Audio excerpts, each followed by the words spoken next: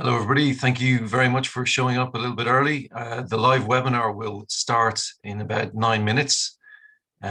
Please stand by, and in the meantime, please enjoy some videos from Acronis.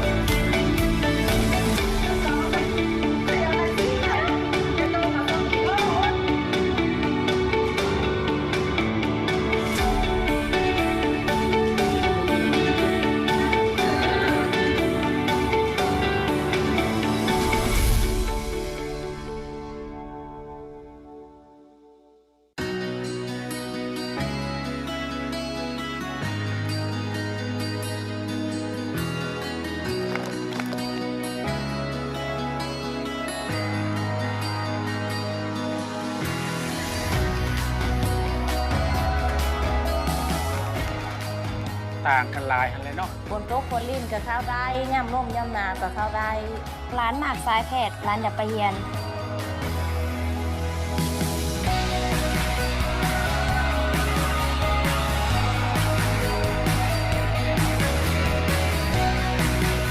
ดีอกดีใจและสาวบ้านกะดีใจร้ายว่าขึ้นผู้ปานมาซิมีวันนี้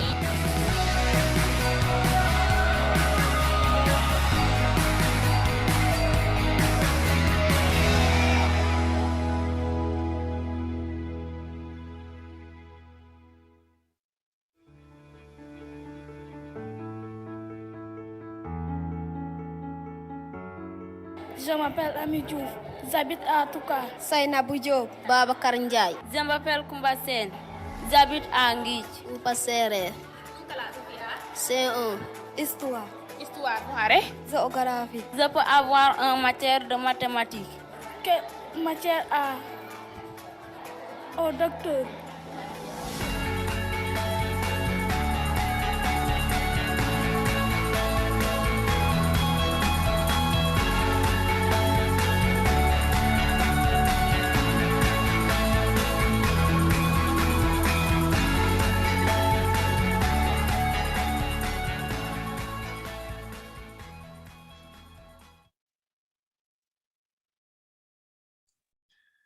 Please stand by, everybody. The event will start shortly in about 4 minutes. In the meantime, enjoy some more videos from Acronis.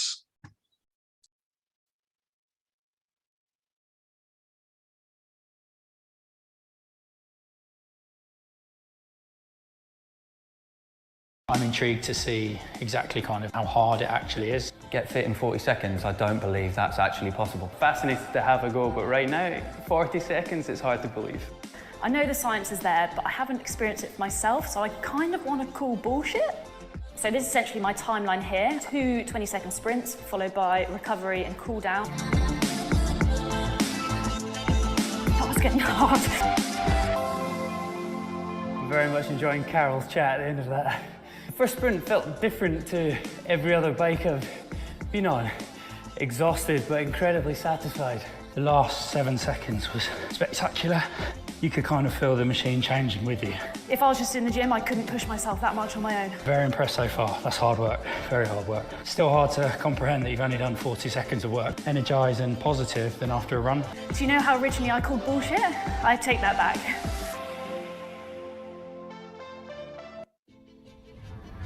Talent, passion, dedication. None of that matters if you don't know the numbers. It's the work you don't see by players who take no applause. True teamwork, proper preparation, all driven by the data. Can he open the scoring? To cover every angle. Data is everything. It's how you improve. It's how you get ahead. It's how you stay there. And with Acronis on your side, your data, applications, and systems are safe.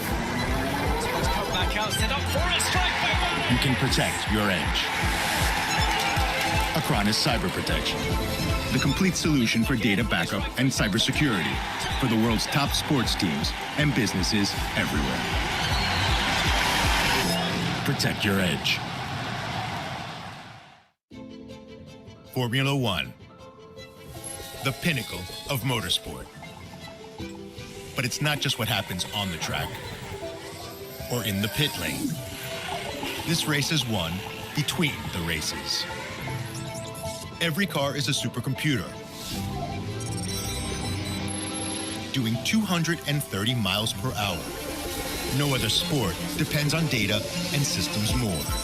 That's why Williams Racing work with Acronis to turn a backup process from days to hours, ensuring cyber protection for their data, applications, and systems. That's their edge. Acronis. We protect Williams Racing's edge. We're ready to protect yours. Acronis. Protect your edge. What makes a champion? Where do you find an edge? Champions are made in the margins, in the 1%. They look to the data. They assume nothing and leave no number unturned.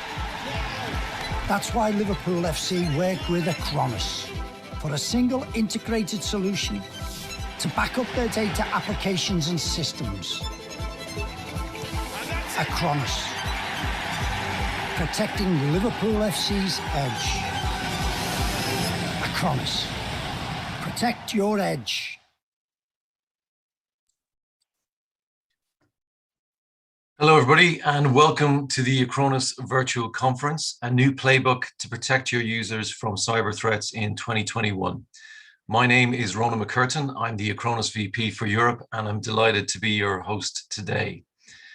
Earlier this week, we celebrated International Women's Day at Acronis, so first and foremost, I would like to welcome all the ladies who have joined us today. Before we kick things off, I'd like to share a few housekeeping notes. The conference is being recorded.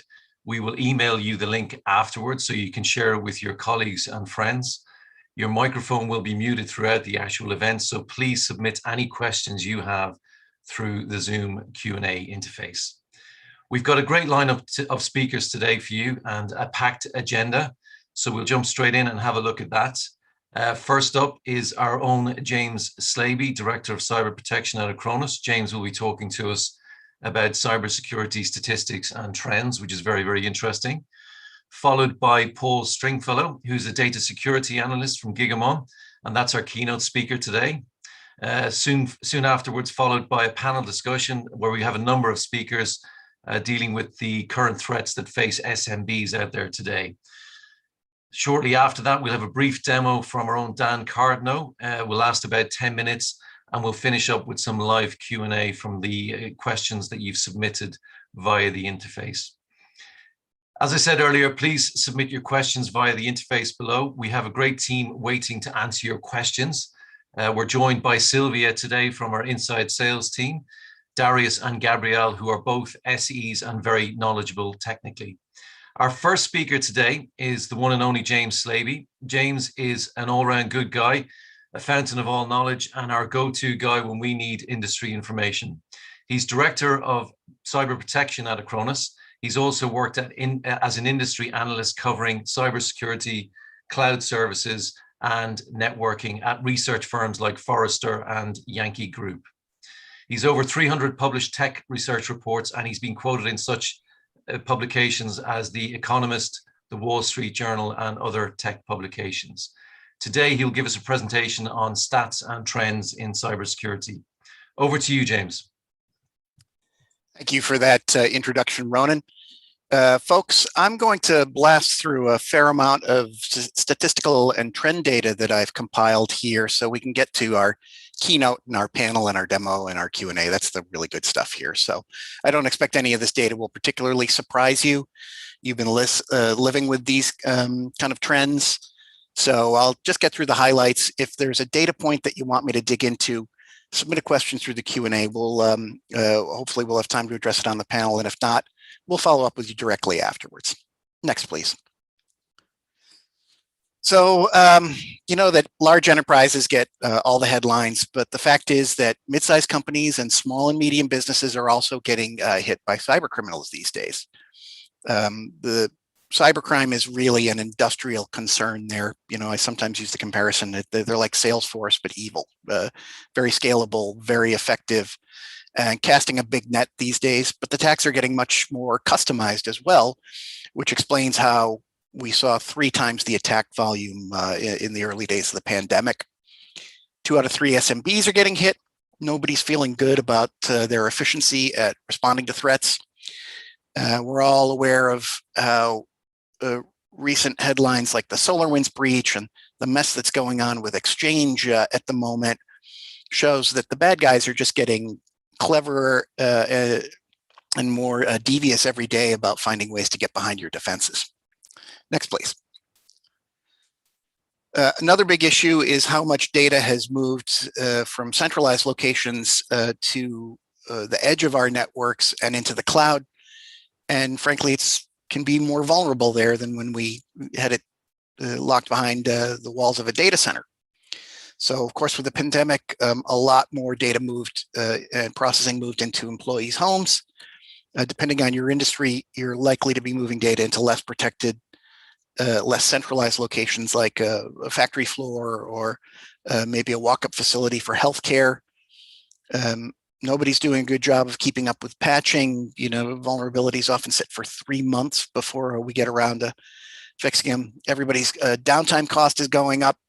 I don't quote the stat here, but there's an old one that I believe is still valid, which is if your business goes offline for 2 weeks because of hardware failure, or cybersecurity attack, or user error, there's a 93% chance that you'll be out of business in 6 months. So these are really existential threats that we need to worry about. Next, please. Anybody who follows what's going on in cybersecurity knows that ransomware is still the biggest, most pervasive, costliest threat going. And cyber criminals are getting, frankly, more ingenious and devious about ways to get you to pay up. So they're taking advantage of automation and AI to spray a fire hose of new iterations of the malware at you. They're using tactics like to pressure you to pay up, like if you don't pay up, we'll leak your data online, or we'll hit you with a distributed denial of service attack. Many of these attacks can now disable your antivirus and hit your backups. Even famously secure Apple devices aren't free from potential ransomware attacks. Next, please. Obviously, there's a a new big headline every week about some major ransomware attack on a large enterprise. Again, the big companies get the headlines. You know, ransom demands are now in the tens of millions of dollars. The destruction from an attack on a big company, particularly with high uptime costs like healthcare or something like that, can run to the hundreds of millions. But smaller organizations are getting hit too. You look at like the University of California attack here. They had $100 million of medical research at risk. So paying $1 million ransom was probably worth it, but imagine how that cripples the budget of a small public institution like that. Next, please. Another issue is nobody's got any money to fight it. If you're an SMB, you're lucky if you have $1,000 a year to spend on attacks. I don't know how anybody defends against modern threats these days with that kind of money and with the the kind of automation, the scale that cyber criminals are applying to attacks on you. You know, our own research center counts 600,000 new samples every day. With the kind of paltry budgets that are out there for SMBs, it's a wonder more attacks aren't succeeding. Next, please. Another problem is that a lot of us are leaning on legacy tools that really aren't up to modern threats. Particularly signature-based AV really can't keep up with ransomware attacks that are effectively everyone's a 0-day.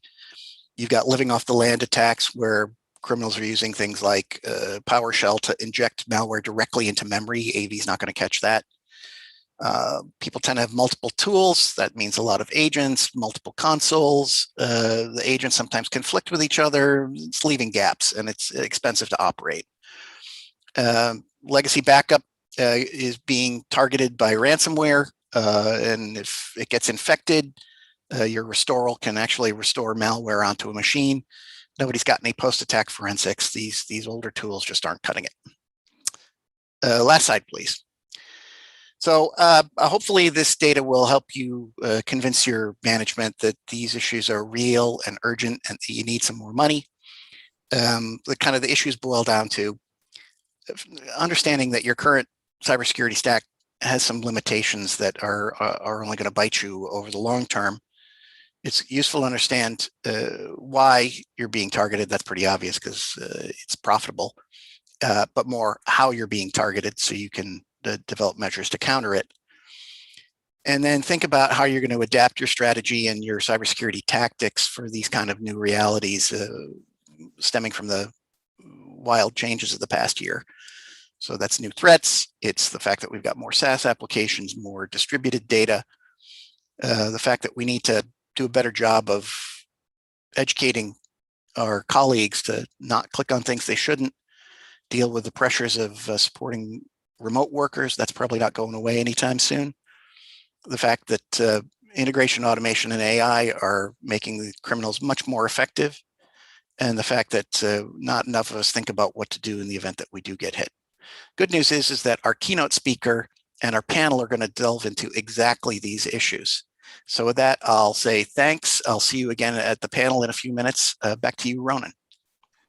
Thanks, James. Yeah, no surprise to see that all that malware is on the rise, especially with the economic incentives behind it these days. You know, it is different than what it was many years ago with the financial incentives to make money out of this rather than years ago when it was just almost a hobby for people. So it's just a super lucrative business these days. Absolutely. And very easy to get into too. You don't need to have tech skills to become a malware distributor anymore. And that's you know, you can have these websites so you can just deploy ransomware yourself quite easily, you know, and little or no IT knowledge. So all you need is a browser, an internet connection, and dubious ethics. Absolutely. And there's plenty of people like that. Thanks, James. Really appreciate that. Our next segment of the conference is the keynote, driven by Paul Stringfellow.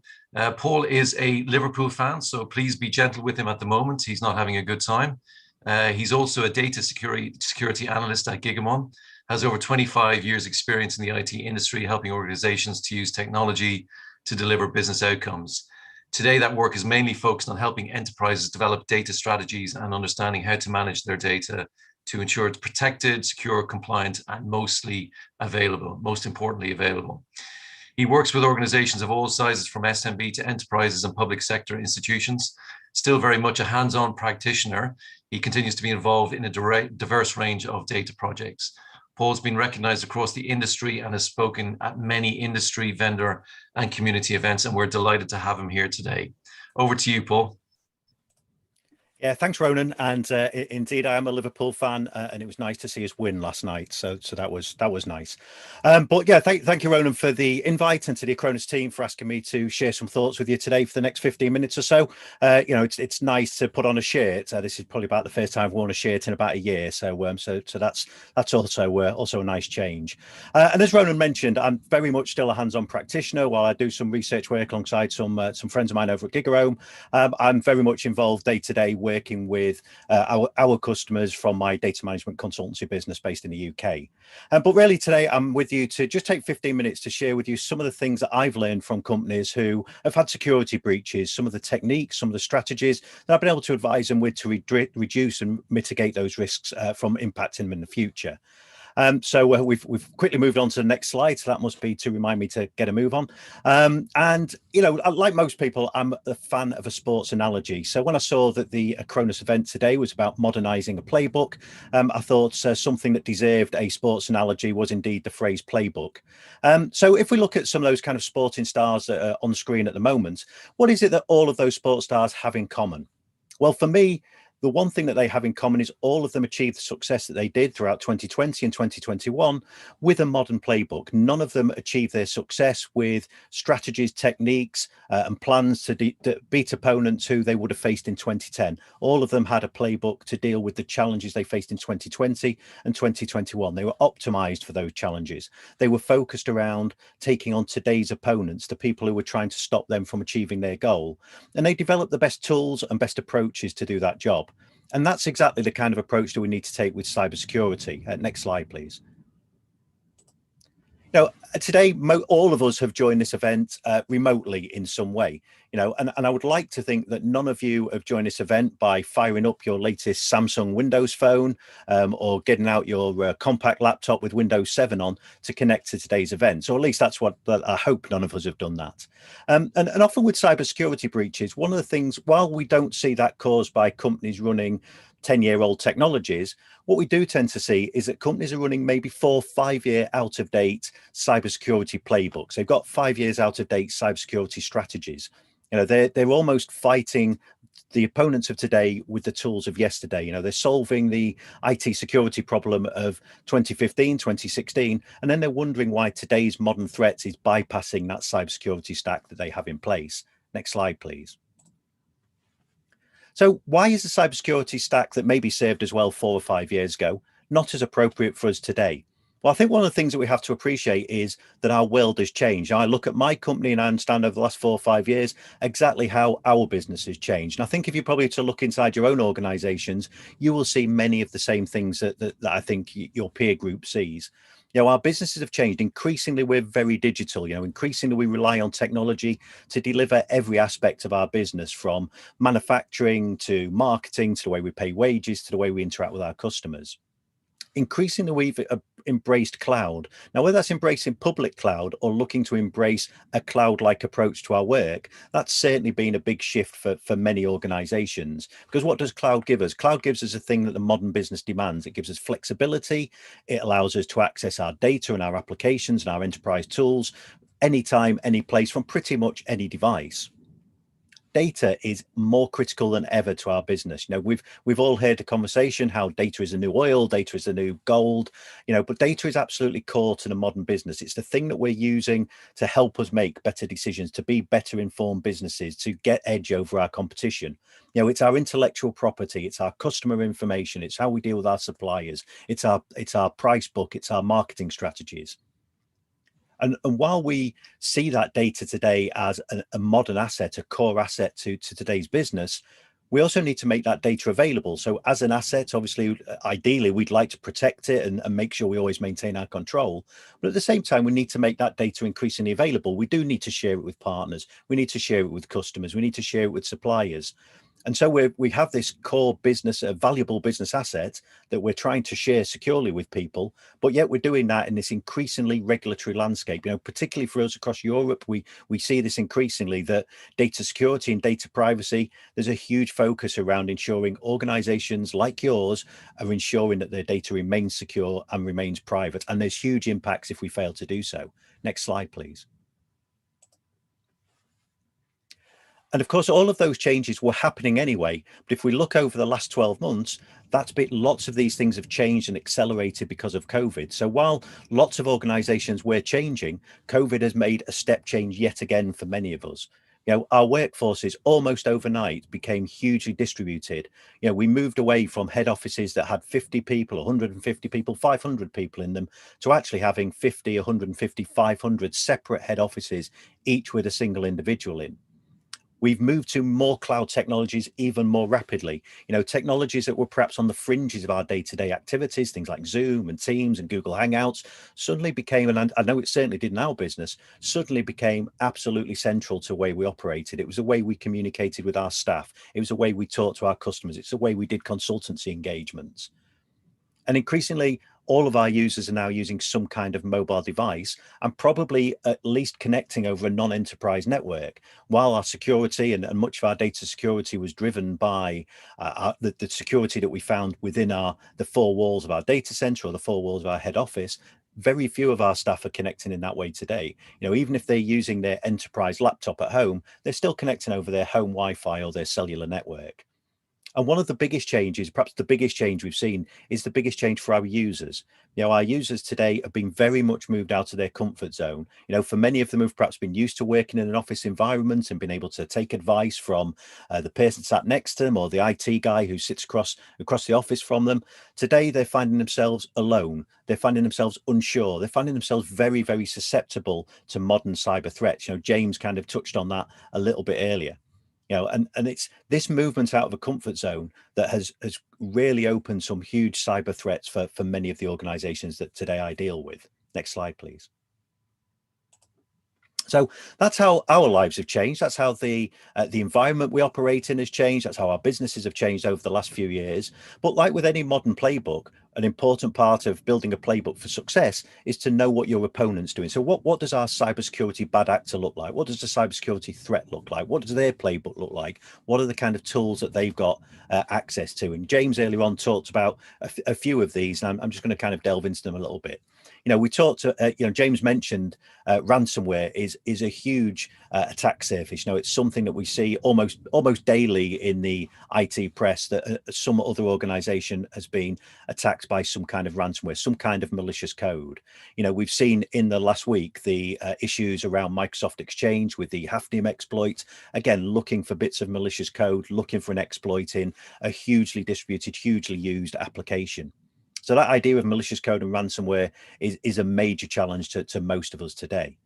And another thing that we've seen a huge increase in is the idea of phishing attacks. You know, the idea of well-crafted, well thought out emails targeting individuals in organizations to try and steal their identities. You know, they are looking for a user to go to the wrong website, enter username, password details, something that's going to give a bad actor access to our corporate information, to our enterprise network. Why are they trying to do that? Because one of the huge changes that we've seen over the last few years is a huge uprise in identity theft. Identity theft is becoming a primary attack vector for the modern cyber criminal. You know, and it's a huge modern threat. And why is it such a threat? Well, while we talk about malicious code and exploiting gaps in existing applications, that's still quite difficult for the modern cyber criminal to do. They are relying on somebody somewhere making a decision, clicking clicking an application and opening up a piece of malicious code. So there's still quite a lot of work for them to do in that. And obviously there's cybersecurity tools in most organizations that are looking to defend against those kind of attacks. However, if you can do that with the right identity, particularly an identity that has privileged rights inside of an organization, that makes cyber criminals attacks so much easier. So that's why we've seen this huge increase in identity theft. I think one other area that lots of organizations don't think about is the insider threat. The idea that we already have challenges, we already have cybersecurity threats inside of our network, inside of our defenses. And that might be everything from the disgruntled employee to that employee who's accidentally clicked on a link, or that employee who's maybe just got themselves a new job and they feel it's well within their right to take away with them a whole bunch of your business asset, your data, to help them in their new role. They may be taking customer contact details, price books, your latest marketing strategies, some other kind of business intellectual property.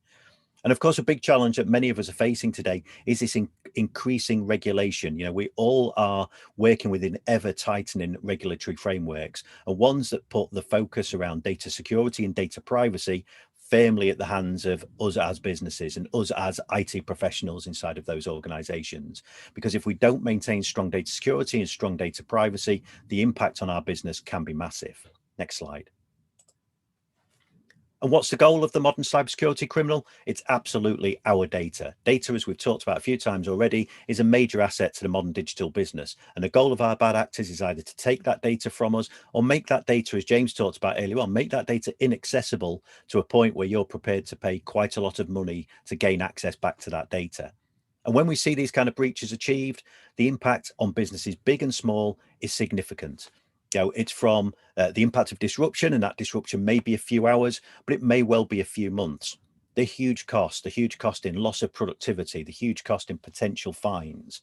The reputational damage. Now, reputational damage is a much more difficult thing to quantify, but you see that all the time. Your customers will know you've had a cybersecurity incident. Maybe more importantly, your competitors will know you've had a cybersecurity incident and will make sure that your customers and potential future customers know about it as well. And in some cases, as James alluded to this earlier on in his conversation, that in some cases we've seen businesses completely fail to overcome and survive a major cybersecurity incident. Next slide, please. So that's what the threat looks like. That's what the landscape looks like. But obviously, the point of this conversation was to talk about how we modernize our playbook and how we modernize our cybersecurity stack to deal with it. So what are some of the things that I could share with you today that you could take away and maybe think about in your organization? So when it comes to modernizing our playbook, I think there's 4 areas that we should be focusing on. And I think the first area, and James talked about this earlier on in his presentation, about the amount of small and medium businesses who are now cybersecurity targets. Realize you are a target. I talk to a lot of businesses that don't think they're going to be a target for cybersecurity threat. They're not big enough. They're not interested enough. Nobody knows they exist. Nobody has to know. The modern cybersecurity criminal is attacking at scale. They are targeting millions of customers, millions of users, because all they need are 1 or 2 to click an incorrect link, share the wrong information, and that will make it worthwhile to them. Importantly, get the basics right. What's your basic security posture look like? Have we got good password hygiene? Have we got some access controls in place? Are we patching systems? Have we all patched? If we've got Exchange on-prem, have we all patched for the Exchange exploit that was released, that was made available to us last Tuesday? And are we up to date in our AV and malware protection? Often I see organizations invest in new tools and then fail to keep the subscriptions up because they don't see the point. I think another area that many organizations miss is education, building a culture around cybersecurity inside of your organization. Often I'll talk to businesses and the biggest threat they see to their business is their own users. It's important that we change that thinking and realize that our users can be absolutely our biggest asset when it comes to dealing with the modern cybersecurity threat. But we can't just assume that our users are going to know that. We need to educate them. They need to understand what the modern cybersecurity threat is.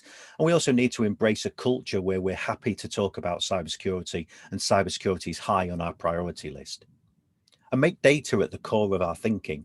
I think traditionally we've thought about infrastructure as a way of securing our information, so securing servers, putting in firewalls, making sure our laptops are secure. But think about the way we use data in the modern world. We do need to be able to share that data, but we need to be able to share it securely. We need to maintain governance and control however we use our data. And that's an important part of modern data security strategy that certainly I talk to a lot of our customers about. Next slide, please. And so we talked right at the beginning about modernizing your cybersecurity stack. What does the modern cybersecurity stack need to look like? Well, if we look at what lets us down with the traditional cybersecurity stack, the things that we can't rely on to deal with modern cybersecurity issues is we can't rely on systems that are based around static information. Systems that are relying on block lists, so relying on database signatures to catch malware threat and malicious code. We really can't rely on our perimeter security. You know, if we're just thinking that we have a firewall in place and that's going to be enough for us, we're thinking in the wrong way. You know, one tip that I'll always give an organization is a good starting point is to assume your perimeter security is already breached. Assume you have a bad actor already on your network and think about how you're going to secure your internal assets. And please don't think that you're just going to be okay. Too many organizations, as I said before, assume they're not going to be a target and that everything will be fine. If you're doing that, you're opening yourself up to potential cybersecurity threats. So what does a modern stack need to look like? Firstly, intelligent systems. We need to have systems that can understand what our good cybersecurity baseline looks like and spot unusual behavior on that cybersecurity baseline. Increasingly, we need systems that can automate the response to spotting these kind of issues. If they see unusual behavior on our network, they need to be able to identify that quickly and either give us a quick way of solving that problem or automate the mitigation of that risk, because the problem is too large, the problem's too complex. And don't be afraid to ask for help. Cybersecurity is a complex challenge. It's ever evolving, it's rapidly changing. So don't be afraid to ask for help. Talk to the organizations that you deal with from an IT perspective as trusted advisors. Ask them for their advice. Look at the technology community that's out there. There's a big cybersecurity community out there on Twitter, on LinkedIn, on Reddit, that's always keen to help. And come to events like this where you can learn from experts in the cybersecurity industry that can give you ideas of trends and strategies to help to mitigate the risk to your organization. And don't think you need to do all this on your own. Increasingly, there's plenty of organizations who will offer cybersecurity services as a managed service. Yes, they'll want paying for it, but they'll be your 24/7 hands and eyes in dealing with the cybersecurity threat. And please don't be afraid to talk to vendors. It's so good. It's good to see many of you at this Acronis event today. And Acronis can share with you vast experience and tools and techniques and approaches that they're taking to solve problems. Final slide, please. So I hope you found this last 15 minutes useful. I hope there's some things that I've shared with you that you'll be able to take away and utilize inside of your business. One of the things obviously that we have at the moment is that we can't get together in the hallways and in the expo center as we may often do at a conference like this, but it is important to keep up that conversation. So I've just shared some ways you can contact me there on the left-hand side. And I'd also like to point you to a piece of research a colleague at mine at GigaOM, John Collins, did alongside Microsoft, where they talked about 500 companies to get their view of what the modern cybersecurity threat looks like and how they're dealing with it. And that's a really useful report. It's freely available over on the GigaOM website. Feel free to go and check it out. So that's me done for now. I'll be back in a couple of minutes to talk to our panel guests, but for now I'll hand back to Ronan. Thanks, Paul. Just before you go, just a couple of nice comments there. I like what you said about know your opponent, actually, because sometimes we think our opponents are outside of our organization, don't we? When, you know, the world has significantly changed. You know, you said it for GigaOM in the last 12 months, not just GigaOM, but for the rest of us. You know, we're all working from home, and we have that kind of threat, that threat from our endpoints at home, the rise of phishing attacks, the rise of ransomware over the last 12 months. It's that combination of things, that insider threat, lack of knowledge from employees, you know, not necessarily malicious, just sometimes ignorance, the rise of shadow IT, the ability for us to be able to go off and do our own IT projects, for example. All of that kind of threat is kind of, and the way the world has changed for us in the last 12 months, it really kind of exposes the endpoints, the kind of shadow IT, the easy entry points for these kind of bad actors to get into the organization. So it's really interesting. You kind of touched on that, and it really shows that the old stack technology don't work anymore. We need to kind of look at data in a different way. But I like what you said about subscriptions as well, because you know, in Acronis, we're pushing subscriptions more than ever at the moment, because it's much more on the front foot when you have an attack. You said yourself, for example, always assume you're going to have an attack. And I think with subscription technologies, you're much more on the front foot and protecting yourself. Yeah, and I think, I mean, I suppose if there's one thing that changed my view of cybersecurity, it was the idea that you kind of touched on before: assume breach. Assume you've already got a problem, assume that there is already a bad actor on your network, and think about how you protect your business assets based on the problem is already on the inside. And as you said, I think that's been just exacerbated by the massive change that we've all had in the way that we work and the way our organizations are not only structured today, but are likely to be structured in the future as well. So yeah, I think if there's one thing people could take away from today is assume the bad actor's already in, assume breach, take that as your starting point, and that may well change the way you think about your cybersecurity. Brilliant. Thank you, Paul. That was really, really great. Thanks, everybody. We're going to move on to the next bit now, which is our panel discussion. But before we do that, we've got a little poll that we're going to run. It's coming up on the screen in the little dialogue box there. What is your direct experience of ransomware attacks? As James and Paul shared earlier on, we've seen a rise in ransomware attacks over the last 12 months, driven by the economic incentive behind ransomware. So we'd love to get some research on your experience with ransomware attacks. We'll give you a couple of seconds to answer that question.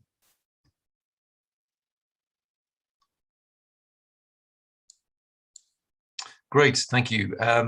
Now it's time for our panel discussion. The panel will share its insights on what Paul and James discussed earlier on, that the actual legacy stack is probably not good enough to protect you with the existing cyber threats that we face in 2021.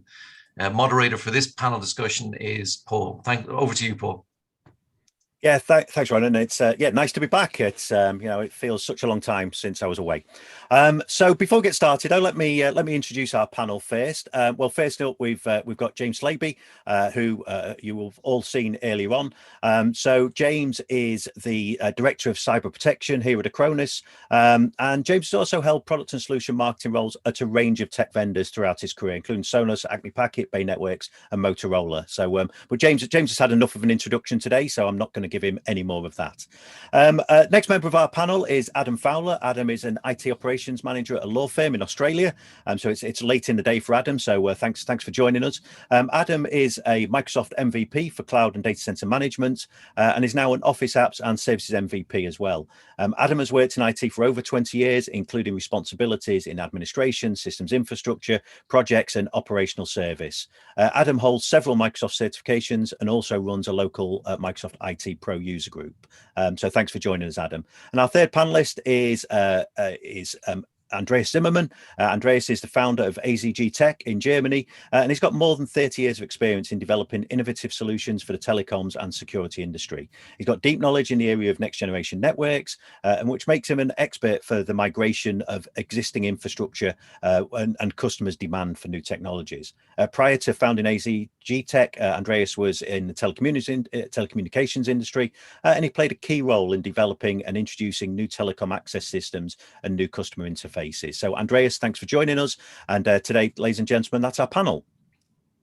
So let's start with our first question, and let's maybe build on something that I've talked about. So in my presentation, I talked about the idea of understanding the modern cybersecurity threat and how people are getting tripped up by maybe not evolving their playbook, not evolving their cybersecurity stack.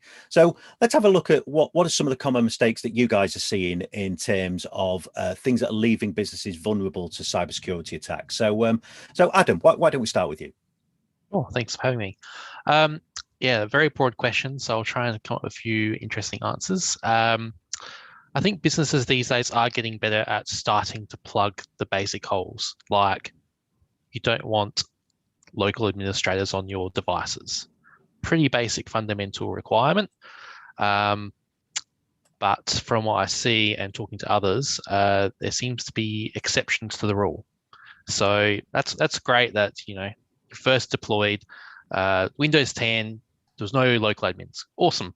Then some strange requirement comes up from a vendor where this special program needs local admin for some reason. So you make that one little exception. Those exceptions grow and grow until you've got this Swiss cheese environment again, which is what you tried to get rid of last time. The same can apply to AppLocker. AppLocker, again, a real fundamental thing, don't allow any program to run or any executable to run in any way or script unless there's a rule to allow it. That's great from the start. You allow all the programs you know of, cool. And again, new program comes along, how are we going to allow that? Do we sign it at the executable level? Do we sign it at the publisher level? Those rules become more and more complex. They become harder and harder to manage. And you get to a point where you go back, 2 years later, have a look at all your AppLocker rules, and you won't know half the publishers and what they're for. Maybe they've got a different certificate that was signed. Maybe you had 20 different hash rules because some vendor didn't sign any of the executables. So you had to keep creating hash rule after hash rule for some executable that whoever put the rule there didn't really know what it was for. you get to this point where it just becomes more and more dangerous. That's probably one of the common mistakes. I see good intentions at the start, and they just your exceptions just start leaving you open again. Yeah, so it sounds a little bit like Adam. I know I talked about the idea of good security baselines, good security practices. And it sounds like the idea that what you're seeing there is that people have put those security practices in place, but then just over time, because it's convenient, have allowed those to be eroded. Is that kind of your experience? Exactly. And, someone can call help desk and go, oh, look, I need this right now. Can you give it to me? Can you install this program? Client needs it. We need to have a meeting in half an hour, and I need to run this bit of software. So, the whole person on help desk is put in that situation going, well, do I just use my admin credentials to install it? Or do I try and go through a bunch of checks to get hire up people to allow it through? But I know that's not going to happen in half an hour. So what am I supposed to do? So usually it's good intentions again to allow these things through, but the end result is not protecting the company. Yeah, and I think often one of the things we see is that cybersecurity, unless there's this kind of buy-in to cybersecurity inside of an organization, I talked about developing a culture around it, that actually organizations can find cybersecurity gets in the way of doing the thing that they want to be able to do, and they just rather drive a bus through it than maintain the cybersecurity. Andreas, I mean, what's your experience with that? Is that similar to what Adam's talking about? Do you have a different experience? Are you seeing different challenges? Well, thanks, Paul. In common, I agree to Paul, but I think, especially for SMBs, as there's a lack of sensitivity in the management. So if you have a lack of sensitivity for all this, you will not provide money resources for protection. You have maybe older protection, out-timed or even missing protection. So I think personally, it's a matter of culture. It's something we have to bring up. I think people, the audience today, they are already in thinking about security.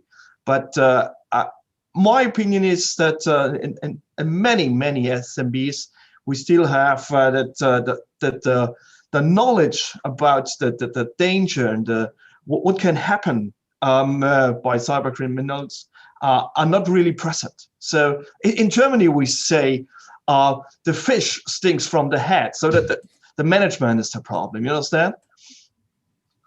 Yeah, I think that's a great saying and very German, which is nice. So pungent metaphor.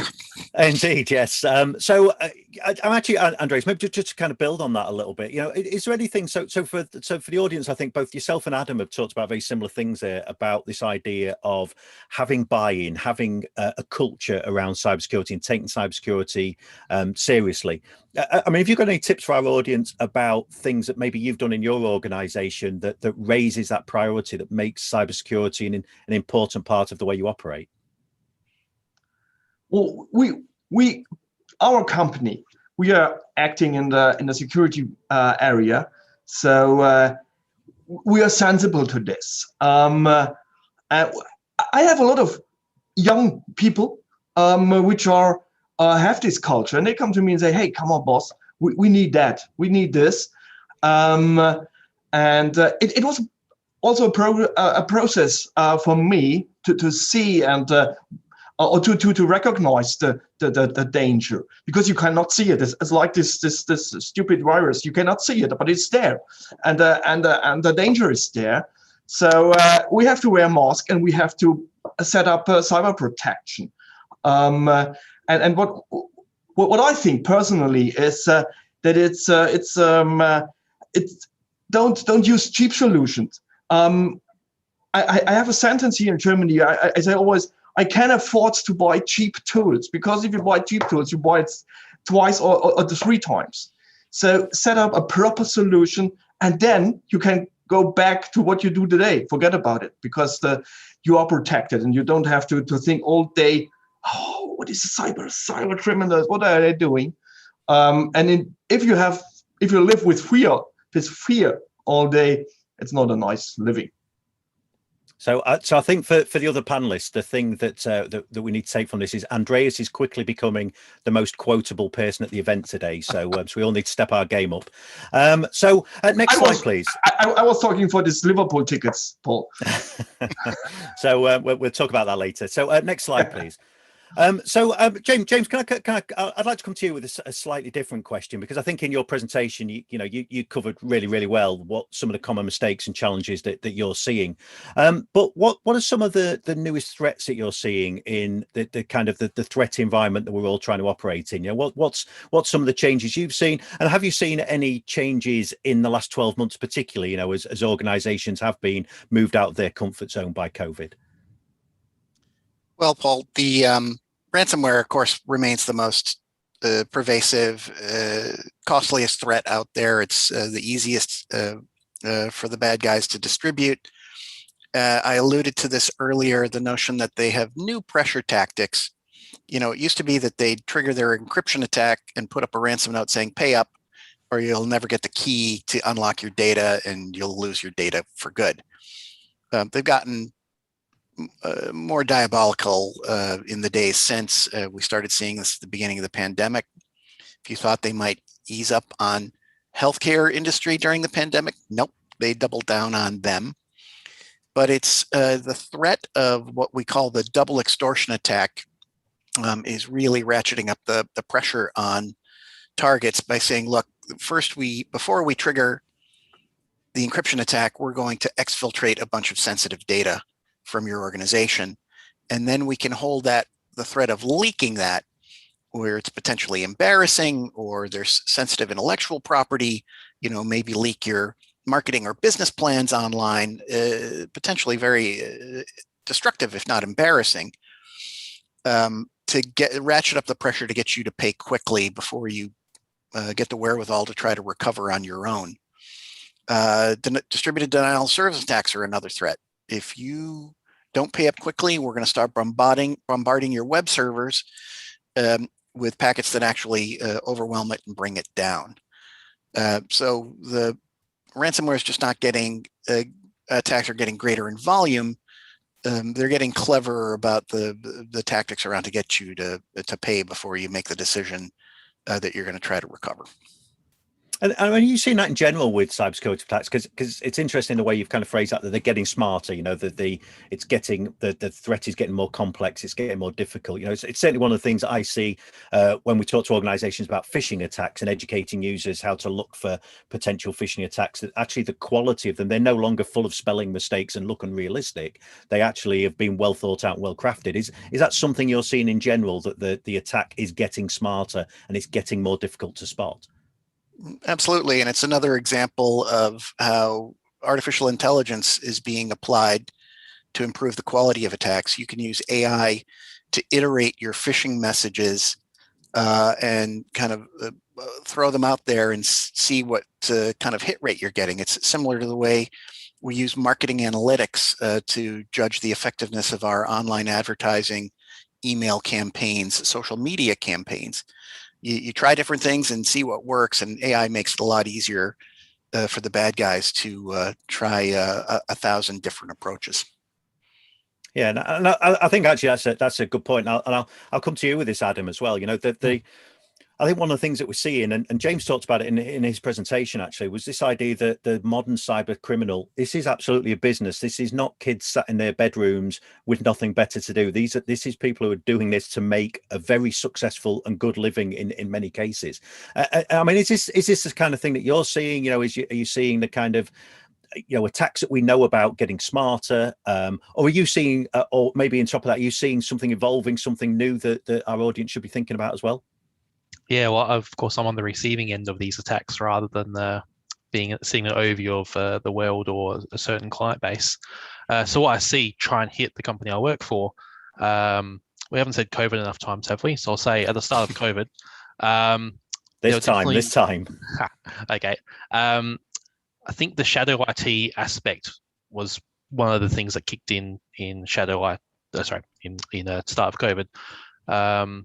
Zoom was a good example. Now we're on Zoom now. Nothing wrong with Zoom, but people started using new solutions to fix problems.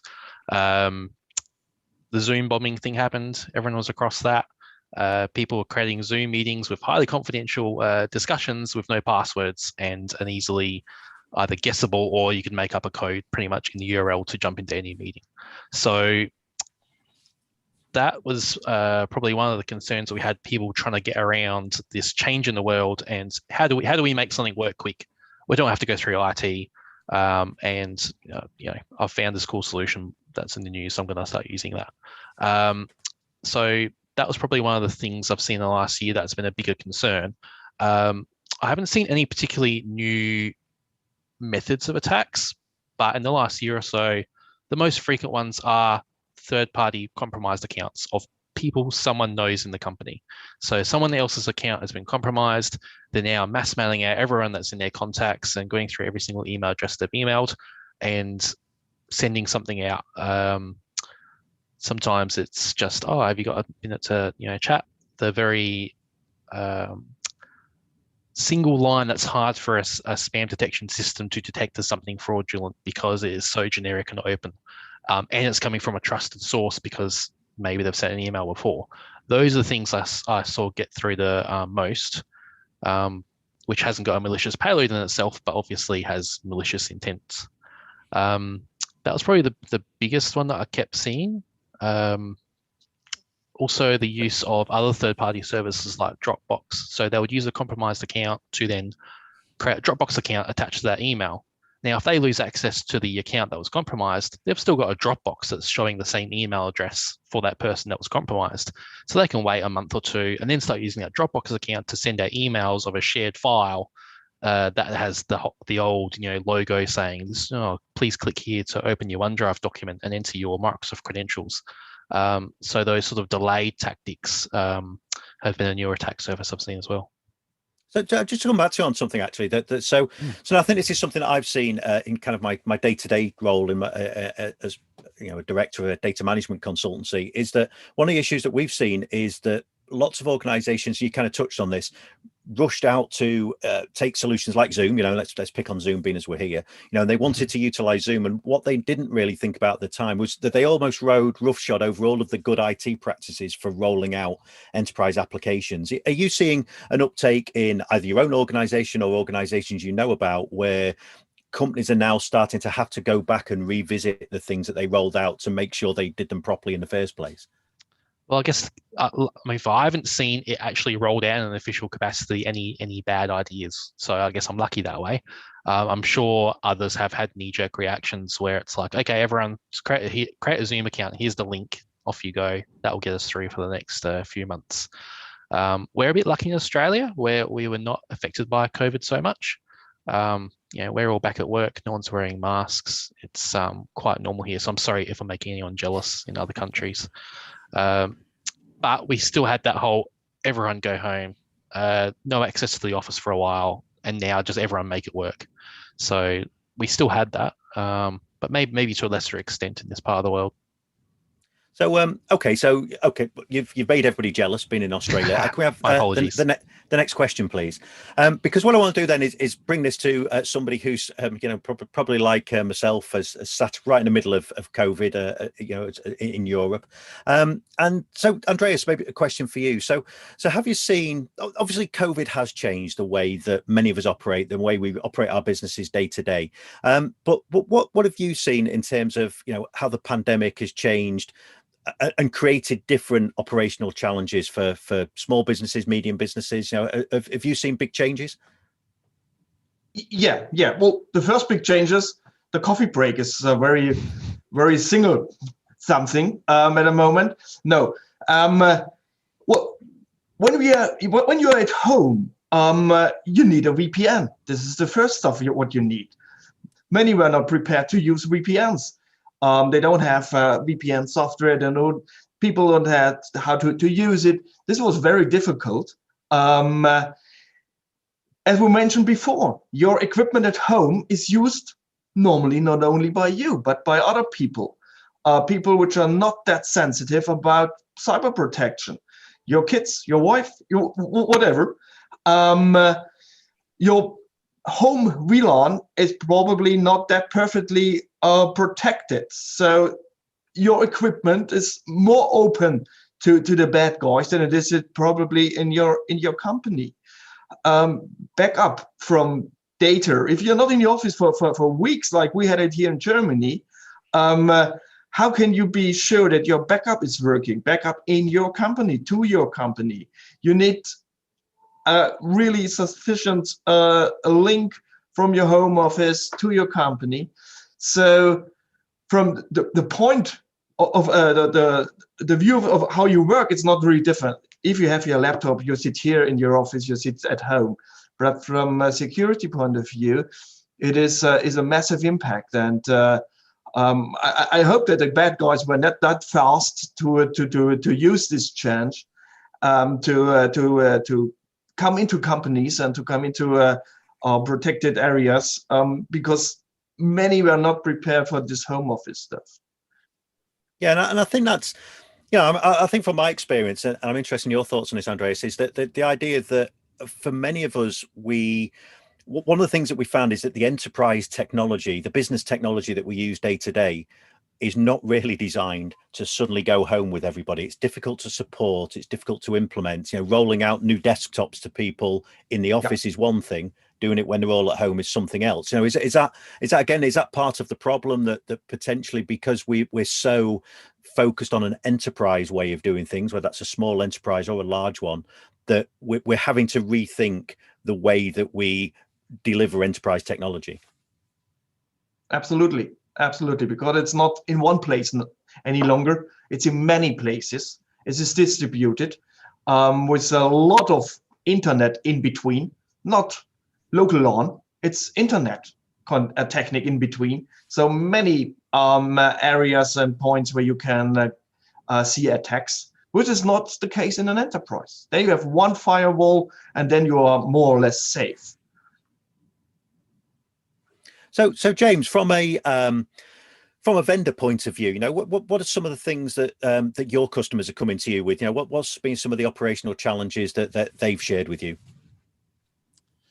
Well, I was just talking to one of Acronis's Cyberthreats sports partners, American baseball team IT operation. You saw from those videos, these are very sophisticated users, but he was complaining in part about what Andreas talked about, which is the need to harden home environments. The typical consumer cable modem Wi-Fi router combo hasn't had its admin password changed ever.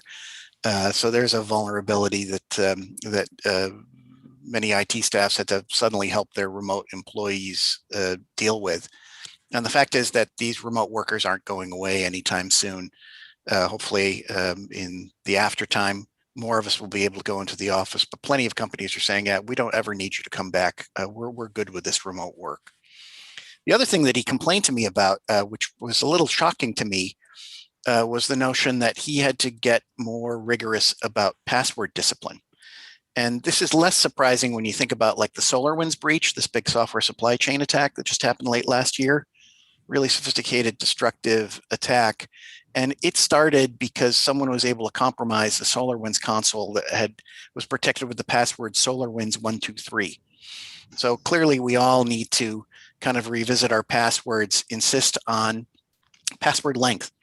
I encourage folks to Google XKCD password strength. This is a webcomic, a cartoon that's tech focused, created by one of my neighbors here in Boston. And it's a really compact explanation of why longer passwords, regardless of how complicated they are, mix of symbols, upper, lowercase, all that stuff is far less important than password length. Length equals entropy, which makes it much harder for brute force attacks and dictionary attacks to succeed in compromising your passwords. So even simple things like that have proven to be have bubbled up. Enforced password discipline, because we're all working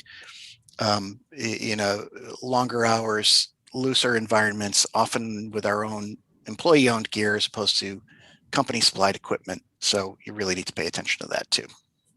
So something that Andreas talked about, I asked him earlier about this kind of the way that we deliver enterprise technology is not suited to the way that our enterprises are currently operating. Sometimes it's too difficult to support. You know, from a vendor, James, do you think that vendors can be doing more to simplify this process, or will be doing more in the future? Yeah, I think you're going to continue to see vendors like Acronis continue to expand the range of capabilities that they provide for like remote management. You know, the more tools you can give your IT staff to reach out and touch remote workers' gear without having to make an on-site visit. You know, that's particularly problematic in pandemic times, but in general, it's really an expensive proposition for most companies anyway. You know, Acronis has employees in 30 countries around the world. It's a really far-flung workforce. It would be punishing for us to have to make site visits for that. You know, we'll do it for the odd executive who demands help, but for the rank and file employees, you really want to do it remotely. I think the another dimension of it that we're already kind of on ahead of this one, but you'll see it from more of our competitors, is adding tools to their toolbox to help with this vulnerability scanning and patch management problem. You know, this dwell time of over 100 days for known vulnerabilities is really just unconscionable. We all struggle to keep up with that patching treadmill, but we've got to get better at that because you know, leaving the back door open for known vulnerabilities is just something you got to get off the table when 0 days are increasing as well. You know, hit the stuff that you know is coming. So that's something that we very much have a part of what we're doing, and more vendors need to provide tools to help small businesses, medium businesses apply some automation to that particular discipline, because nobody's keeping up. Yeah, thanks, James. And actually, I'd just like to bring this question to you as somebody kind of delivering this and has had operational challenges. Because one of the things that I've seen is that organizations are now starting to rethink the way that they deliver IT services and support in their organization because their organization has changed. You know, have you got some tips? Is there some things that you've seen in your day-to-day operational life that and some things that maybe people attending the event could take away? Yeah, sure. One thing that James touched on was remote management tools. So when COVID hit, we were pretty quick on getting a tool that would work well in any scenario and had a very low entry point for someone at the other end of the phone to be able to join on. You don't want them to have to install software and, you know, get caught up trying to just get something onto the computer they happen to be on for you to be able to see what's going on to troubleshoot their problem. You want some basic web page, you can just put a code or something in and you're on. So finding a solution to that was one of the first things we did. We were already halfway through unfortunate timing, but giving everyone a laptop. So this proved that we were making the right call, getting everyone onto a laptop and removing all desktops from the company. They do cost a little bit more, but they give you so much more flexibility. It would have been even easier if everyone was on a laptop when it hit. But luckily we had enough so everyone could actually take a device home. And to us, that was a much better option of having people use the hardware we look after rather than whatever computer they happen to have at home that the kids have been using and who knows what is on there, or keyloggers or anything else. It's, you know, quite scary what people might have been logging on doing company work on. I would lose sleep over that. Yeah, and we talked about that, didn't we? That, you know, if you're relying on the perimeter of your network as your security domain, actually the idea that, well, what does a perimeter of your network look like? And as you said, it's the laptop the kids have used all day at school while I've been homeschooling. It's the laptop you've done your shopping on at the supermarket. It's the laptop you've booked a holiday on, and now you're doing enterprise IT, enterprise work on it as well. You know, it has potential for a huge problem. So but thanks for that, Adam. And next question, please. And so one of the things that we talked about quite a lot today, and I think, this is something that, for many organizations, this is just a reality of the modern world. Many of us have embraced cloud technology, whether we've migrated to Microsoft 365 or we're using Zoom or Teams or Slack in our organizations in response to kind of our changing environments. But we're also seeing increasing amounts of attacks on those kind of infrastructures. Is this an issue that SMB should be worried about? I'll perhaps start with you, Adam, actually. Is this something, what are you doing inside your organizations? What are you seeing people who are kind of members of the user groups that you run? What kind of things are you seeing there? Sure. So yeah, cloud infrastructure and SaaS takes your ability away of being able to look at everything end to end, including this part of it. At the start, you can think, well, it's the vendor's platform. What should I worry? They say it's okay. Is that enough? It isn't. One thing you can ask off the bat when you're either looking at a new vendor or an existing vendor and going, oh, how do we know they're actually secure?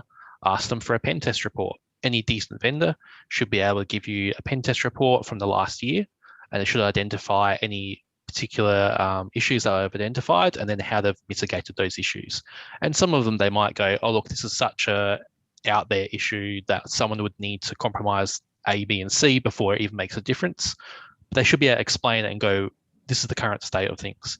If they can't produce that to you, how can you trust that they have that in place for themselves and know what's going on? Just because it's SaaS doesn't mean it's not some, Windows 10 box on an AWS instance that is not secure, and you're just, connecting to someone else's computer. The fact it's cloud does not necessarily mean it's secure. You should be able to deal with a vendor that is using, the scale of economies to make something more secure than what you can do as an SMB. But you should be calling them all on that.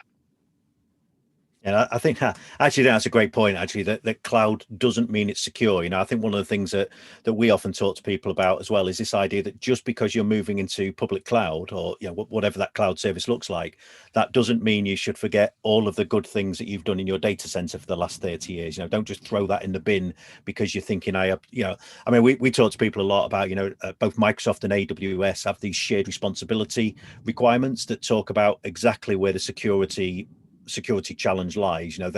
Their requirement is to make sure the platform's available.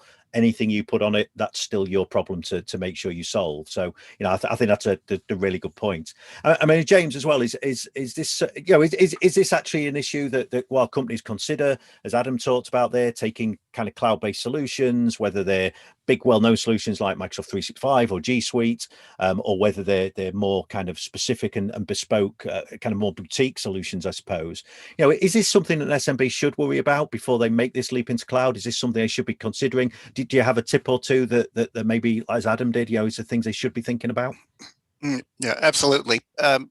First of all, I think businesses of every size are going to continue to move to the cloud.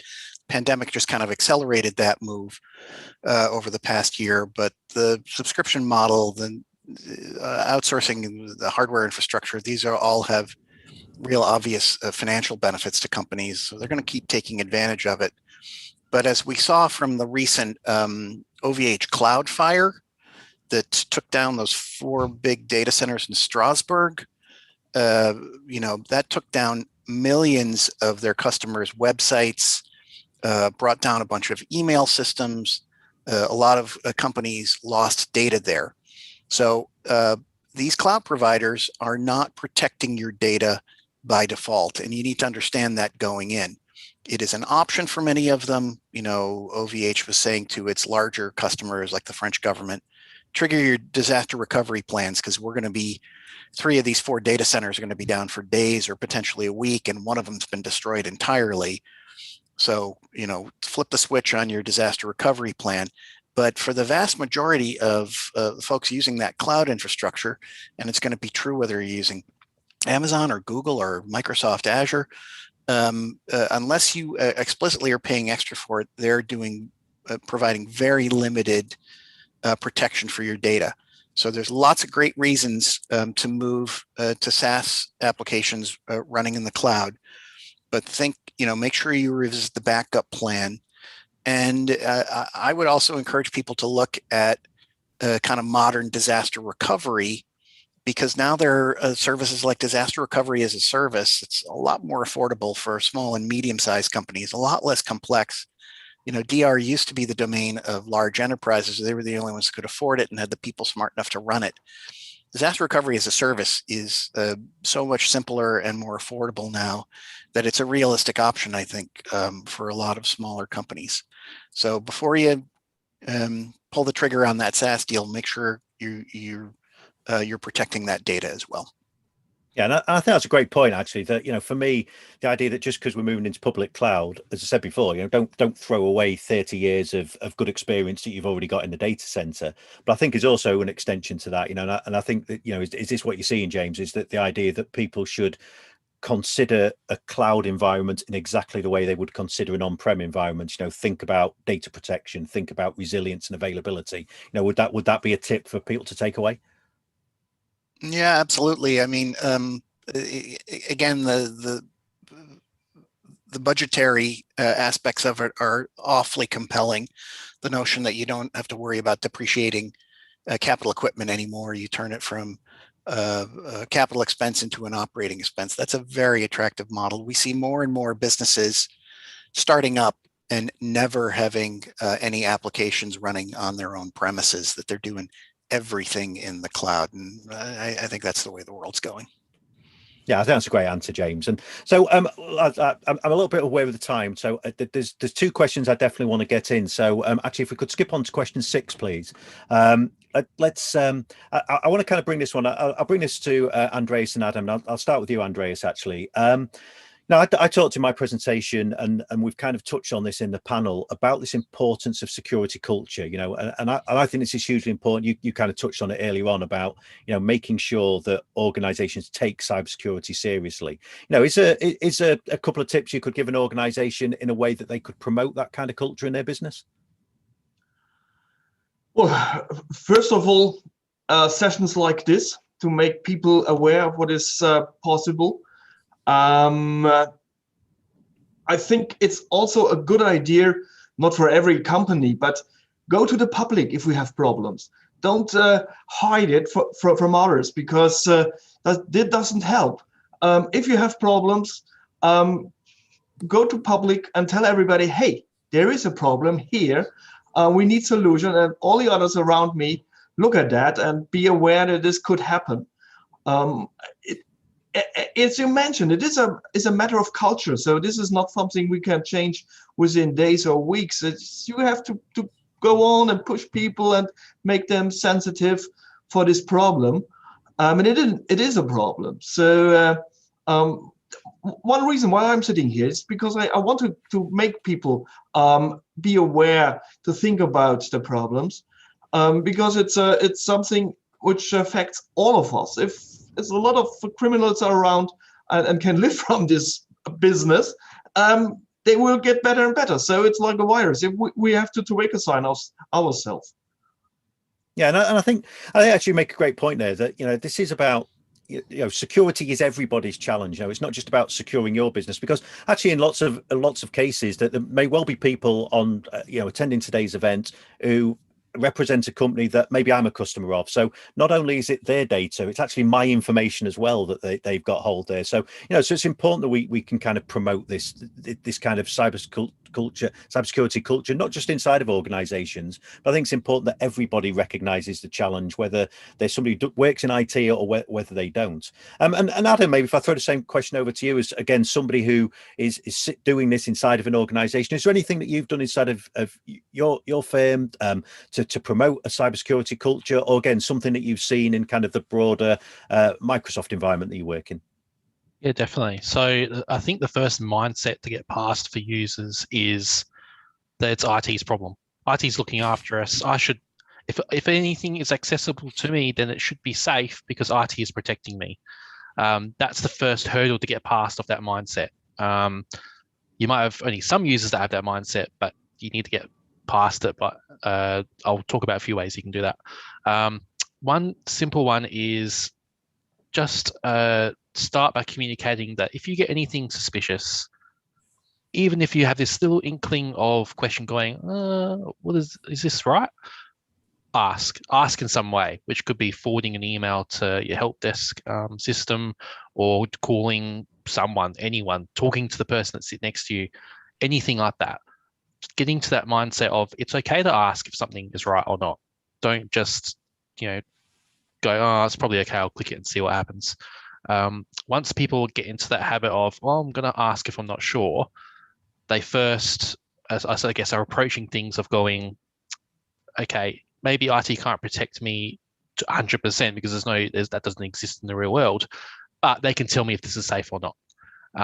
Having that extra little layer before someone does something can be a huge, catch for those phishing attacks and other scenarios that might occur. That's probably the first thing. The other would be, I think these days people like little snippets of information. So if you're delivering some sort of training, maybe you're telling, having a half hour or even 15-minute session online to your user base saying, this is some core functions you can do in OneDrive. Part of tying into that presentation would be the cybersecurity aspect of it. We use this because we don't want to use a third-party system because that hasn't got MFA on it and we don't have any control over it. Or we're not doing scanning of the documents that come in on Dropbox. So if someone sends you a Dropbox link, that is actually unsafe. So the better way to do it is use OneDrive and send the link out yourself, so you'll know they're giving it to you in our tenant. So there's some practices that you can tie in while communicating the reasons that you're doing it. Like, even your worst user that has no idea of IT, you can still tell them something about why they're doing it. They don't need to understand it in so many words, but they still need to know, well, files on Dropbox bad, OneDrive good. Those sort of basic communications can really get the mindset going to be IT being seen as a team that is helping people do their job in a safe way, not a blocker and saying you need to have 20-character passwords and MFA every single time you try and log onto your computer. Yeah, and I think I think actually they're great points there in terms of education, making sure that our users understand what a modern security threat looks like, because that's without that we can't just expect that they're going to know. But also I think that idea of making sure security is not overly intrusive, so making putting that kind of thought in that says so we do a lot of work around things like conditional access. So if you're in this situation, you're going to get asked for another factor authentication. If you're not, then we're going to let you in because we trust enough other things, and trying to keep that experience straightforward and simple. So I think they're great tips from both of you. So guys, look, I'm kind of aware of the time here, so I did want to squeeze one more question in, but we're not really going to have that chance now, and because what I wanted to do is make sure that we had a look at the kind of the pro tips that the three of you are going to share. What are the things? So if we can move on to the pro tip slide, please, gentlemen. If we can, look at the kind of tips that you've got, and maybe I'm not going to ask you to read out the three things that you prepared beforehand. But is there anything that you'd like to add to that based on some of the content that you've come across today? And let's start with you, James. Right. So my tip here is basically to think about consolidating your tools where you can. A more unified tool set means that you don't have multiple agents that take up real estate on the desktop, consume resources, and occasionally conflict with each other, especially in a kind of a multi-vendor environment. Agent A and Agent B might see each other as threats. If you unify at the console, that's going to lower your training costs. It's going to make your people more efficient. It's also simplifies your licensing chore, kind of simplify that vendor management tangle a little bit. And frankly, it can be more cost effective too. So basically take advantage of integration to streamline your operations and avoid the coverage gaps that happen in more multi-vendor kind of cybersecurity environments. Yeah, I mean, I think that's a great tip, because that also talks about the idea of simplifying that environment. It's because as IT pros, and I'm sure lots of people attending the event today are IT pros inside of their organization. We've got enough to do, and actually that can often be the gap, that we're so busy doing so many other things that cybersecurity continues to be the thing that I'll do it tomorrow. I'll get to that next. So I think that's a great tip. Andreas, let me come to you next. So what's your kind of tip? What's your top takeaway for people today? And is there anything you want to add based on what you've heard today as well? Well, my tip is what we did here at AZG Tech. At the last, we virtualized our cyber protect management, and we saw that it's a really big step ahead to maximize our security here in the company. So it is not the first step you have to do, but when you are going ahead, try to go more and more, because what are offered by security companies, they have the knowledge, they have the experience, and they have seen much more problems outside it. Hopefully, we all will see ever. So follow them and do the virtualization, for example. Yeah, and I think looking at that kind of stuff as well, it also gives us the flexibility that we need as a modern organization. If we can virtualize those tools rather than necessarily looking at physical appliances, they may still be appropriate in the right case, but it gives us that flexibility to move those resources about as we need them to reduce the impact of having to make a change. So I think that's a great tip. And I wanted to come to you last, Adam, because in your piece that's on screen there, you've got my favorite 3-letter acronym. So Adam, what's your pro tip, and anything else you'd like to add from what you've heard today? Yes, I'm a big factor of the multi-factor authentication. Microsoft's quote, not mine, of the 99.9% prevention of account compromises. There seems to be an SMB logic that almost the smaller they are, the less likely they are to have MFA. My personal experience is I was dealing with a company, a 10-seat company, not for IT reasons, just housing management stuff. And they had an account compromised, and they emailed me trying to catch me from a compromised account.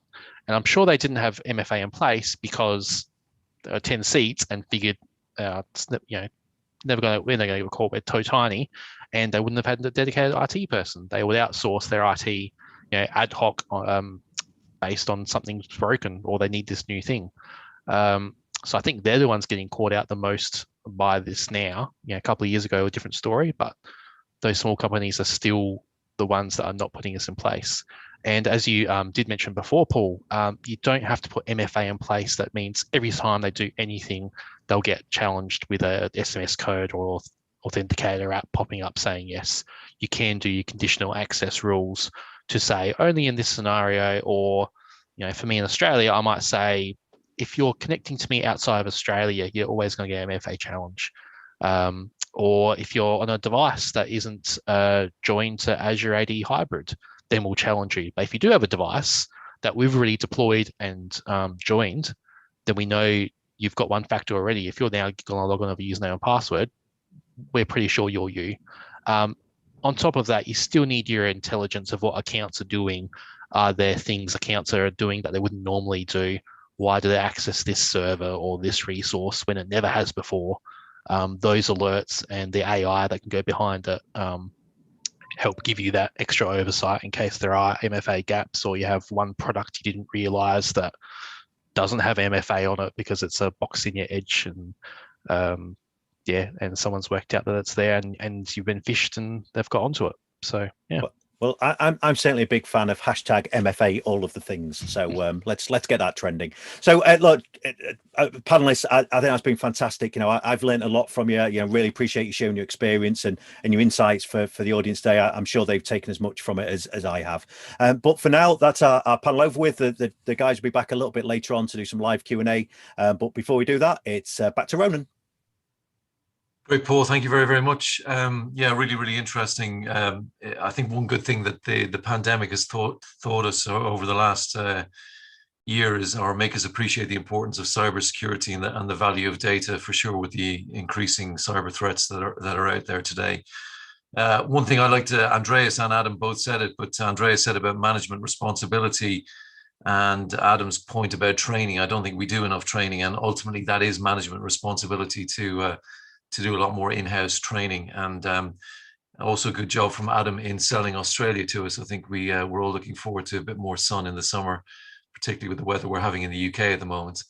But now we're going to move on to a brief demonstration of our Acronis Cyber Protect 15 solution, which is the on-premise version of our flagship Acronis Cyber Protect cloud offering. Acronis is unique in the industry because it combines a fully fledged suite of cyber protection capabilities and best-in-breed data protection. Here to give you a 10-minute video is Dan Cardno, one of our senior sales specialists in the US. Over to you, Dan. Okay, thank you. I'm going to start with a few introductory slides and then a real-time view of the actual product, starting with what is cyber protection? Cyber protection is the midpoint of data protection and cybersecurity, the combination of which provides the maximum safety for one of the most valuable assets to any company, its data. Cyber protection essentially puts you in a prevention rather than cure posture, whereby endpoints are guarded in a way that minimizes the reliance of system backups to recover devices and sensitive data. And as we're about to see, the integration and automation provide unmatched protection, increasing productivity while decreasing total cost of ownership. There are numerous features relating to Cyber Protect, far too many to condense into one short illustration, so here are a selected few that tend to make a difference from the start when I work with users of the platform. In no particular order, efficiency. One single management location equals not having to jump between different consoles and policies to ensure protection. This is also true of the device being protected. Consolidation of cyber and data security means only one agent needs to be deployed and managed. As an added bonus, this way of working also translates into a very shallow learning curve due to the way the single console is designed. From an endpoint perspective, a combination of behavioral engine scanning and artificial intelligence combined with traditional signature-based scanning give maximum protection against zero-day threats as well as known malicious processes.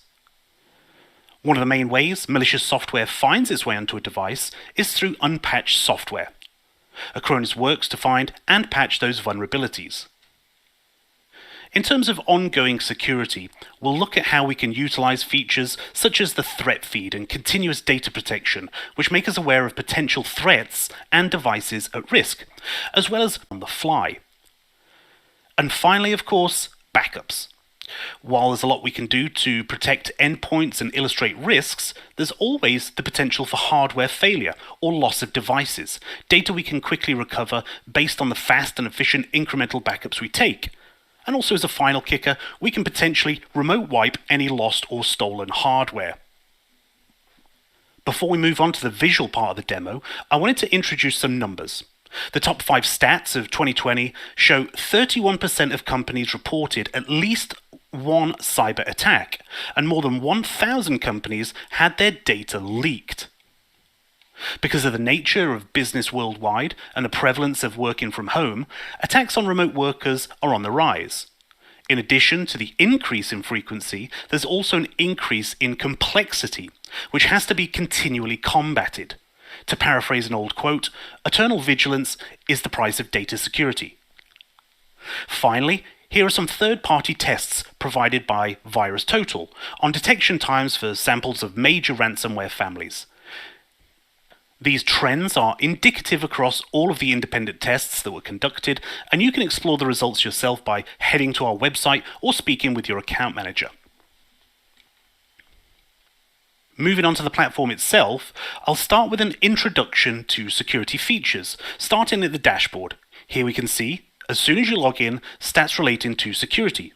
For example, how much malware has been blocked today and overall, likewise for URLs, and known vulnerabilities and patches that can be applied. As mentioned in the introduction, as part of the ongoing data protection, Acronis pushes information from our Cyber Protection Operations Center to individual deployments. The benefit being users know what threats are on the horizon and can prepare for them based on suggestions we make and actions that can be put in place. Next, we'll talk about plans. Plans are essentially packages that contain the details for how protection should be applied.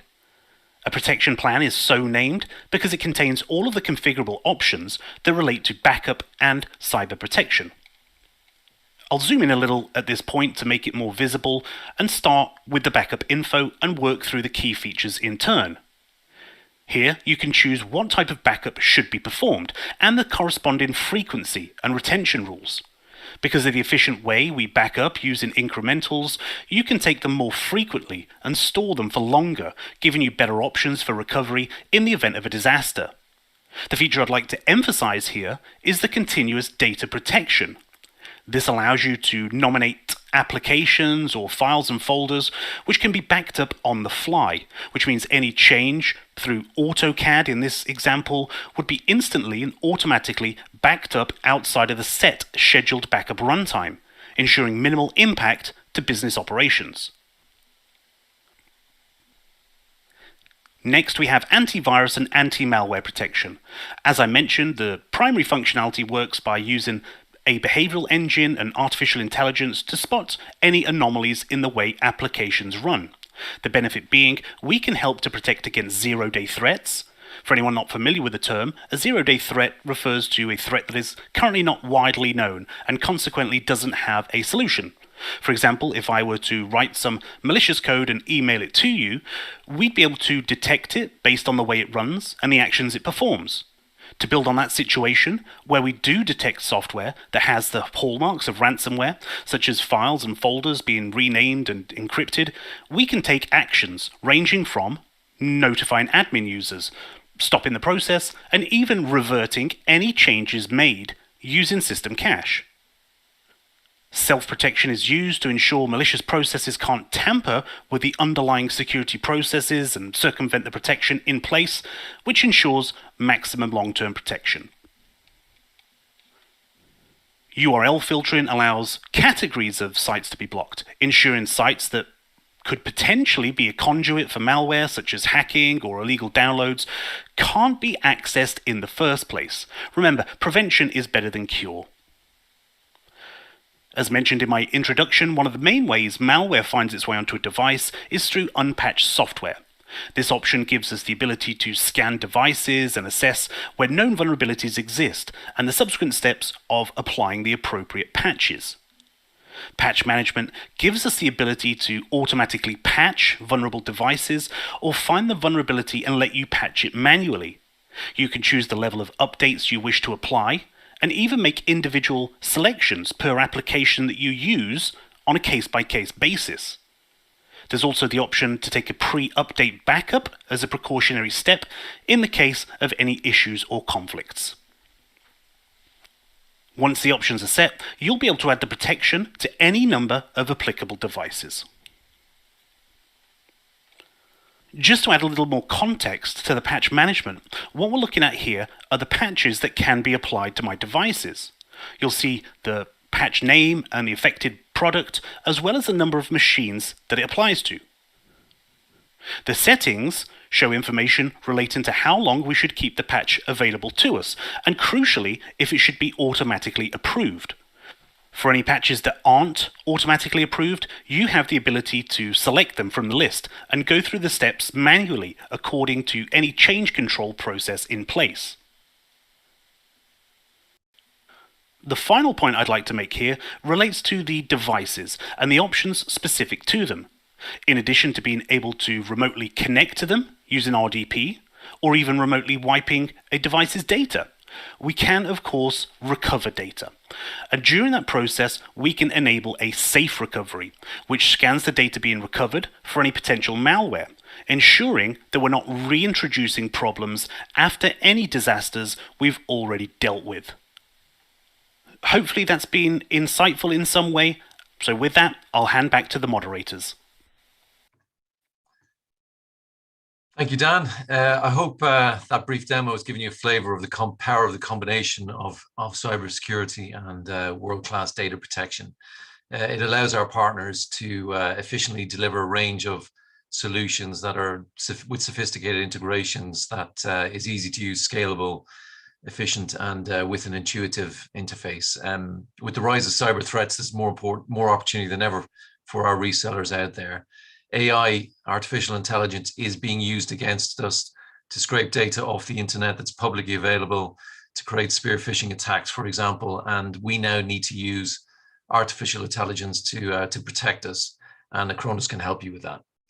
And now, just final session, we're going to go over and do some live Q&A, and I'm going to hand you back to Paul. Thanks, Paul. Yeah, thanks, Ronan. So yeah, I'm here for, you'll all be pleased to know, for the last time today. So we've just got a couple of minutes really to take a couple of the questions that were fired into us via the live Q&A, ones that haven't already been answered by the team, the Acronis team. So so I've only got time for a couple of questions, and they're going to be quick. So I'm going to start with you, Adam, if I can. So we've got a question here about the importance and the value of centralized dashboards, of centralizing the information around cybersecurity threats. And how does that help in responding quickly and effectively? Have you got any thoughts on that?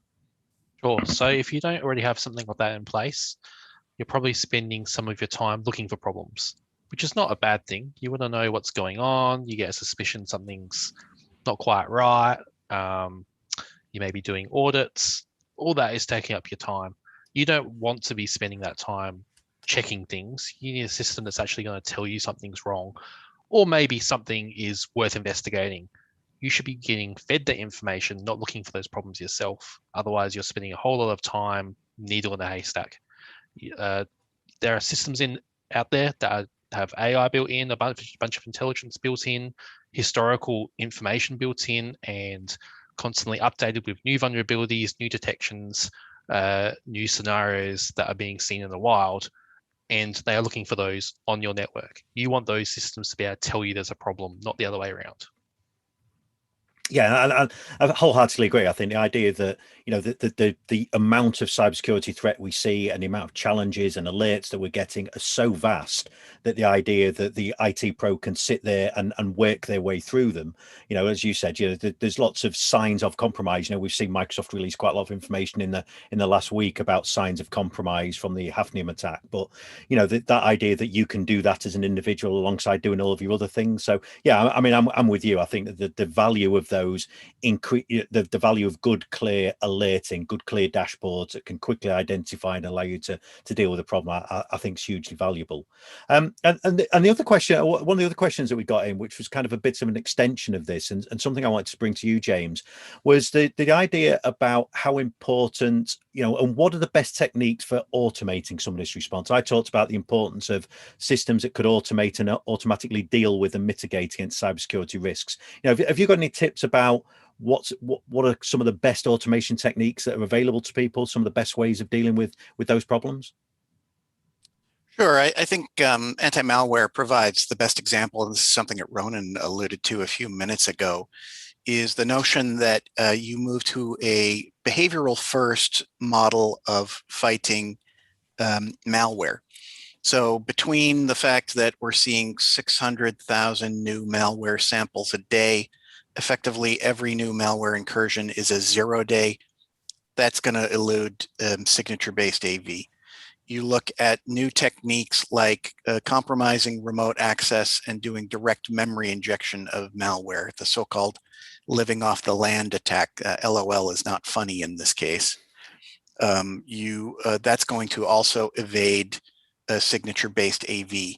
So having automated responses in place, again, that are adaptive, that are identifying malware by what it does, not what it looks like, is a kind of a great way to have a first line of response that is always active, always automated. And so the typical way that the active protection component of our behavioral anti-malware works is it identifies a process as, looks like ransomware. It's renaming a bunch of files, it's encrypting them, it's not on my whitelist. I'm going to stop that thing, and I'm going to unwind any file activities that it did. So what you've got there is a response that's so automated, so seamless, that the person operating the machine or accessing the server that's been attacked doesn't even notice that it happened. There's no intervention required on IT operations, security operations part. That kind of, again, leveraging machine learning and artificial intelligence is one of the few ways you're ever going to be able to keep up with cyber criminals who are applying those tools to hit you with a fire hose of never before seen malware. So that to me is the low-hanging fruit in the automated response game. Yeah, and again, I fully agree. You know, we talked about this earlier on, that the idea that we rely on static information, we've got to be understanding what, what our safe and secure baseline looks like, and dealing with that safe and secure baseline when we see things that are unusual, we see odd activity going on against it. So yeah, James, I think that's a great tip. As I said, we only had a few minutes to cover a couple of questions, so I know the Acronis team have been dealing with questions online, and I believe they're going to kind of try and answer questions after the event for anything that we've not got to today. So gentlemen, Andreas, James, Adam, I'd just like to thank you again for all of your input, your insight in the live Q&A there, and in the broader panel. And but from me and from the panel and the team today, that's our piece, and I'm going to hand you back now for the last time today, back to Ronan. Thanks, Paul. That's great. Thank you to the panelists. We really appreciate all your input today. So particular thanks to Andreas and Adam, and of course Paul, for hosting us. Really appreciate your input today, and our own James, of course. So that's it for today, folks. We have some final questions to ask you before we kind of wrap up. We've got a little poll. How would you like to be contacted by Acronis after this event? I'll give you a few seconds to look at that question and reach out to us. We will, as Paul said, we will answer any of the questions in the Zoom Q&A. Afterwards, we'll reach out to you, and that will remain open for a little while longer. Thanks for your feedback on that. We also have the Acronis Resource Center. We've got plenty of resource on there for you. So if you go to acronis.com/resource center, you'll see a number of giveaways there that you can actually download. We've got some great sporting case studies, probably the most famous of which is Williams Racing, one of the most successful teams in the history of Formula One. But we've got some other useful case studies there as well, with Homebuy and some other partners that we worked with over the last number of years.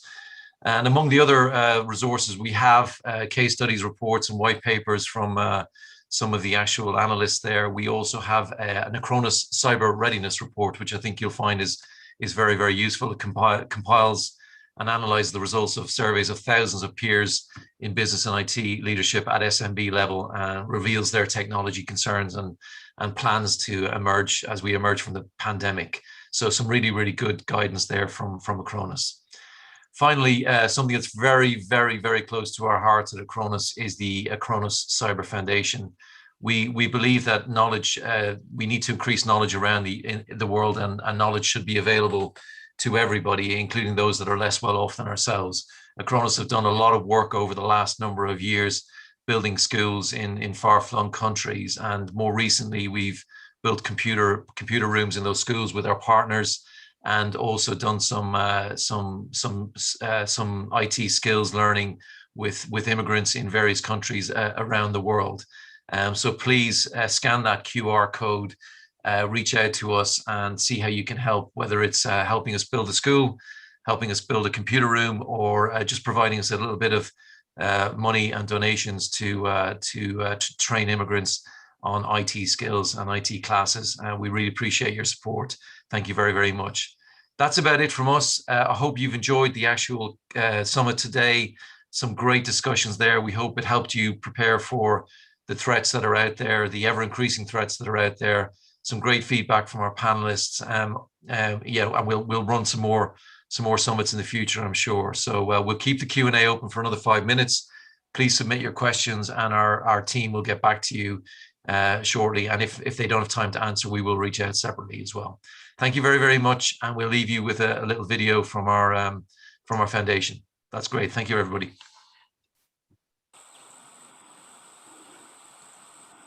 No tenemos una seguridad.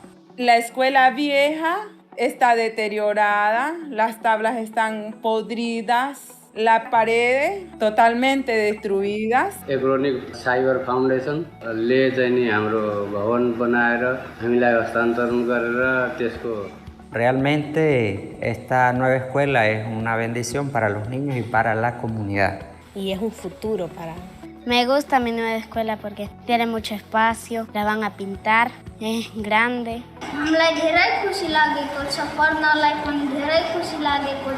Agradecerles mucho, más que agradecerles. Muchas gracias. Muchas gracias. Thank you to everybody who's come on board to support girls' education in South Africa. Thank you. Gracias a Acronis y donantes. Thank you. Muchas gracias. Thank you for Malam Shaba. Thank you for support my school. Pues nos sentimos, mire, agradecidos con Dios, con este organismo